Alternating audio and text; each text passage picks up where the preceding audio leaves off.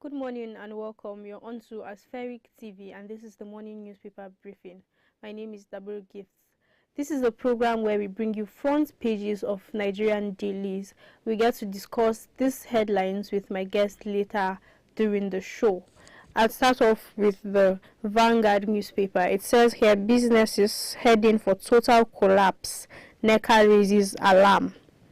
Says over 50 taxes weighing businesses down. Warns against further borrowing. Calls for harmonized tax system. Economy facing many vulnerabilities. Muda Yusuf.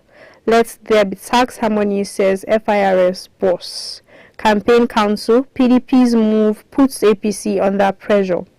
Tinubu appoints Governor Yahaya Bello Youth Coordinator Campaign Council. Masquerades invade church, flog worshippers, destroy property in Plateau community. 19 killed in FCT auto crash. Strike, lecturers in ASU's factional group, Konwa demand reopening of varsities. Queen Elizabeth was monarch for all seasons, Osibanjo. MCM begins actual 5G commercial services in Lagos. The Nigerian Tribune says ASU strike, security on the alert as students insist on protests at airports. NANS warns against attack on students. Bada Biamila to meet students tomorrow. Will guide members in making choices in 2023, Catholic bishops. 19 burns in FCT auto crash. Oyo Kingmakers lose member Alapini, make U-turn on New Alafin, presents all 65 contestants for selection. NDLEA arrests ex-convict with cocaine hidden in lip gloss deodorants. Masqueraders disrupt church service, flog pastor worshippers in Plateau. 84% of Nigerians can't afford healthy diets, stakeholders. Fuel subsidy must go to avert public debt crisis, budget office. Obi failed to curb insecurity as Anambra Governor Oshomole. The Guardian newspaper says, world stands still today for historic Queen's funeral. Kogi Governor Bello appointed National Youth Coordinator of Tinubu Shetima campaign. Last mile infrastructure stalls $3 billion submarine cable investments. No monkeypox vaccines in Nigeria, says NCDC. Nigerians sue INEC over voter registration. Experts chart path to single-digit inflation. Fitch upgrades First Bank's ratings to B on improved asset quality. The Daily Trust newspaper says how Bandit leader Turji escapes NAF bombings. 12 buried, fighters, women, kids affected. Residents in panic over possible reprisal. Will sustain the tempo military. 19 killed in FCT road crash. Masquerades invade Plateau Church, flog pastor worshippers. The Punch newspaper says tax reliefs / concessions. FG grants 16 trillion naira waiver to Dangote, Honeywell, others. Duty waivers, tax reliefs good for economy, but discriminatory economy slam FG. South Africa earned $107 billion tax revenue in 2021. Nigeria $15 billion behind Kenya, Angola. Revenue slumps as debt servicing gulps 6.16 trillion naira in 16 months, says DMO report. 22 killed in Abuja, Lagos, Ogun crashes, 12 hospitalized. PDP crisis worsens, BOT meets Otom Fintiri today. Students to ground Lagos airport, police threaten shut down. Atiku, Kwankwaso have no strict credibility, Keyamo. The Daily Sun newspaper says, APC under pressure over campaign council as Wike considers options. Ruling party's NEC yet to ratify Tinubu's list. Aggrieved former presidential aspirants keep mum. 2023 budget 11.03 trillion deficit rattles Senate. Lawmakers may tinker with tax customs law.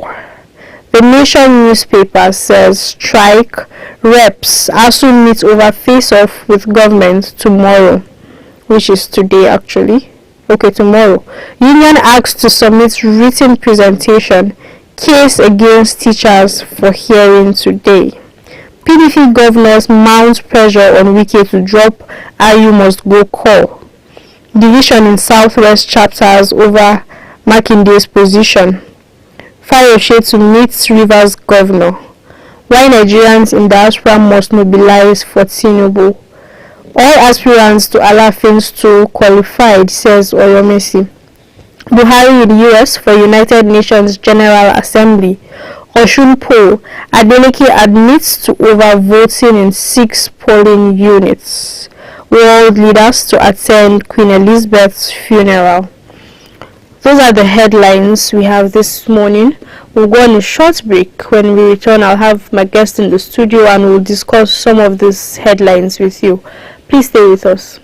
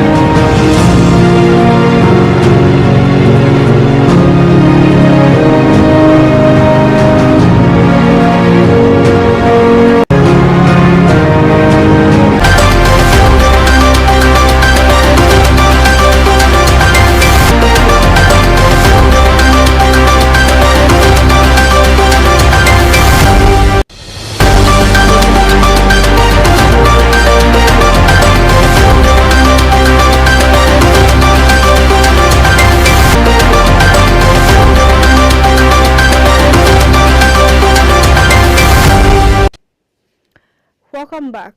I have my guest with me in the studio. Good morning, Mr. Mustafa Abdul Malik, and welcome on the program. How was your weekend? It was fine. How was yours? Fine. Let's talk about the bombings by the Nigerian Air Force and then how notorious Zamfara bandits leader narrowly escaped this. My main issue with this is that he is going to now, should I say, go ahead to form exactly. Yeah. So, what are your thoughts?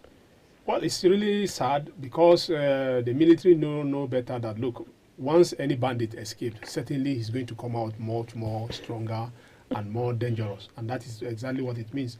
So, to me, if you ask me, I would say that, look, before they embark on any mission, it's a very good mission like that, operation like that, they should conduct their own intelligence to make sure that they shouldn't record any mistake of any survivor. Because if you observe very well what is happening in regard with respect to the insecurity problem, you discover that each time a particular bandit escaped, he's going to form a splinter group somewhere or form his own group again, or he kind of inculcate some other group into his own this. So, and that is exactly what it means in this case now.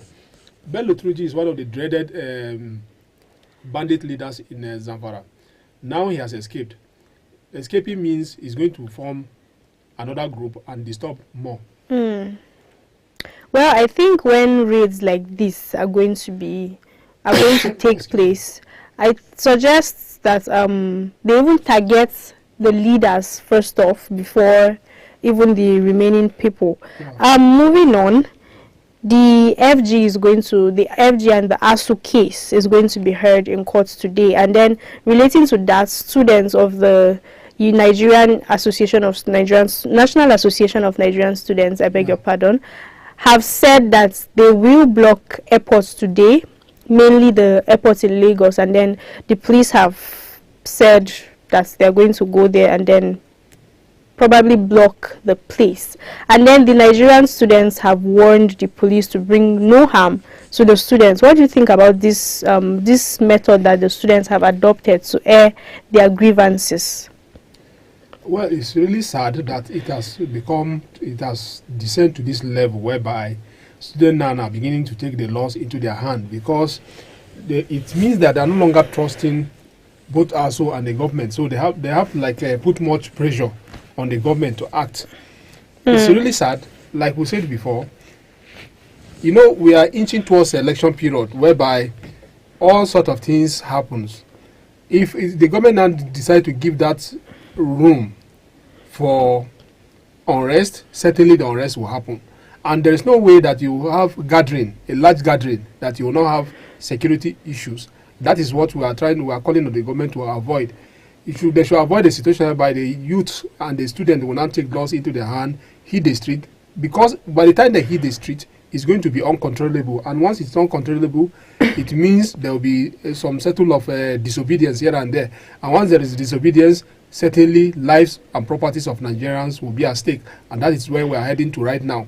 It's sad that government decided to take to approach the court for interpretation regarding the strike, but hope is not yet lost.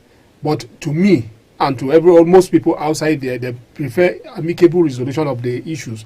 And what is amicable resolution of the issues? It has to do with payment of to ASU throughout the duration of the strike, that the strike lasts.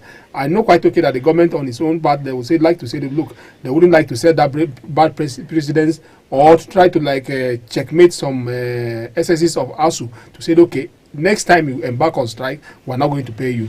To me, now they should pay them so that the lecturers will go back to the classes, and the students too will stop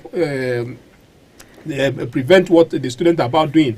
That is the only way that I will call for that, instead of allowing them to say, okay, they go to the airport. Going to the airport, it means that, look, it showcases certain things. You know, the airport is like the gateway into the country. Going to the airport, they have this mindset to say, look, they want to portray to the outside world that, look, Nigeria is unsafe, and that is what it means. And at the time that we are talking about investment, we are trying to say, okay, let's attract foreign investment into Nigeria, and the students are now hitting the airport. What will happen? It's maybe someone that is rushing to the airport to take this thing, and there are people that are going at the international level, so they are going to tell them that, look, we are not happy, we have been at home for 7 months, and it's not supposed to be so. And this now will now count to what is called instability, and that is what government should avoid at a time like this. I think we foresee many uprisings in the nearest future if nothing is done about this issue. It's a gradual thing. It has already started. You know, they started from blocking of a highway in Lagos, and then it's now Ibadan as well. Ibadan and Ife, and now they are going to the airport. Probably they believe that, look, that it didn't yield much effect as they want, so they should take it to the airport. By the time they take it to the airport and ground the airport, certainly government will feel the impact and listen to them. Moving on to a rather funny story, I must say, on the papers. We're told that in the community in Plateau State, in Lantang local government, masqueraders but then they invaded a church, beat up the pastor, and then destroyed properties, and then basically disrupted the service and the church. What are your thoughts on this? It's part of the lawlessness that we're talking about. You know, there's no... Nigeria has already gone beyond that. We should to the level that now everybody will not take law into their hand and just like that. What is masquerade? Is masquerade above the law? No, they are not above the law. So it means that somebody will just get up. Today we are dealing with banditry here, we are dealing with kidnappers here, we are dealing with issues here, and now this one we are having this, although it's more or less like an isolated problem whereby maybe it will not reoccur again, but certainly there must be something behind it, and I would believe that the police should investigate and prosecute whoever is involved in the act. If the masquerade comes from a community, probably because they are aggrieved in a certain way, no. Everyone has right to worship whatever he or she worship. in as much as right for you to your own right to worship what you will worship will not infringe on my own right. That is what it means. But you not see masquerade now coming out to say, okay, disrupt church service. No, that is not the way to go. Moving on, there was a crash in the FCT and then 19 people lost their lives. In fact, some of the corpses could not be identified. They were burned to ashes. So I want to know your thoughts on the causes of things like this, because especially in this rainy season, we see a lot of auto crashes. Personally, there was a day it rained in the morning on my way to work and I saw a lot of crashes, like about 4 on just the airport road. So what are your thoughts on the reasons why this keep reoccurring, especially in this season? Well, sadly, none of us we could talk not from the perspective of road safety or road transport managers, though as motorists and road users, one of the major problems with such crashes has to do with overspeeding. You know, once it's raining, you now discover that the third road is now waterlogged or slippery. You now discover that, especially the commercial drivers, they now speed that same speed that they maintain when the road is dry. That is the same speed that they will still take again on. And some of these things are not and some of them you discover that their tires they are using expired tires and tires that are used somewhere and shipped down as Tokumbo. That is what they are using. So, and you now discover that some of them they are not used to that kind of terrain to say, okay, you are driving under the rain and use the same speed that you maintain by when you are driving in the dry land on the dry road. That is the same speed they will still maintain again, and it happen like that. No matter how someone is expert in driving, once it's raining, you just have to take extra caution, and that is what is lacking here. And it's sadly that once when it happens, a lot of lives will go, even if it's life of an individual. It matters. It's really sad. I believe that road transport officers, like especially the road safety and the VIO, they should step up their campaign towards this regard. Life cannot, any life that has gone cannot come back again, and life has no duplicate. And if that person, if the victims even just transit to the other part of life, it's something else. But at the end of the day, you now discover some of them will end up in the hospital and they will become incapacitated. This is a problem that we're creating for ourselves. We should just continue to appeal to the people to take extra caution when they are driving under the rain. So the monarch, the longest serving monarch, which is Queen Elizabeth, who died some few days back, is going to be laid to rest today. I want to know your thoughts on this whole thing. Well, it has become more or less like a carnival thing, although it's a grief, but you will now discover that the Britain and ordinary Brits and the whole world entirely, they are now like London is like under a kind of a festive mode at the moment, with over 40 world leaders gathered in London for the ceremony. Well, you know, if you observe very well, you now discover that she lived for 96 years or 94 years. That is how she lived. And then within that 90 years of her life, you now discover that she spent like 70 years as a monarch, as the queen of the England. And then you now discover that over this period, we're talking about 7 decades. And some of these people that are, especially those ones that are less than 30 or from 50 below, you now discover that their entire life, the queen now revolves around their entire life. So they are now like coming now to now give her the final respect. For the burial, and that is exactly what is happening there. It's really, I think Nigeria too is represented there. The vice president of Nigeria is representing Nigeria, the president there, and Nigeria as well.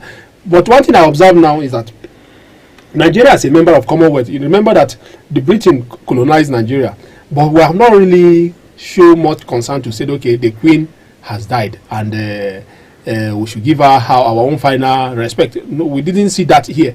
So I don't see that. Did you see it? I don't see well, that. the vice president representing us is more than enough respect. You know, if you look at like other countries that are being colonized by Nigeria, you now discover that in Kenya, I think the flag flying at a half mast and in respect to the queen. To queen. Even in India, a holiday was discovered. It was declared for her. In Australia, the same thing. In New Zealand, the same thing. Although these are just like an annex of Britain. So, but in our case here, we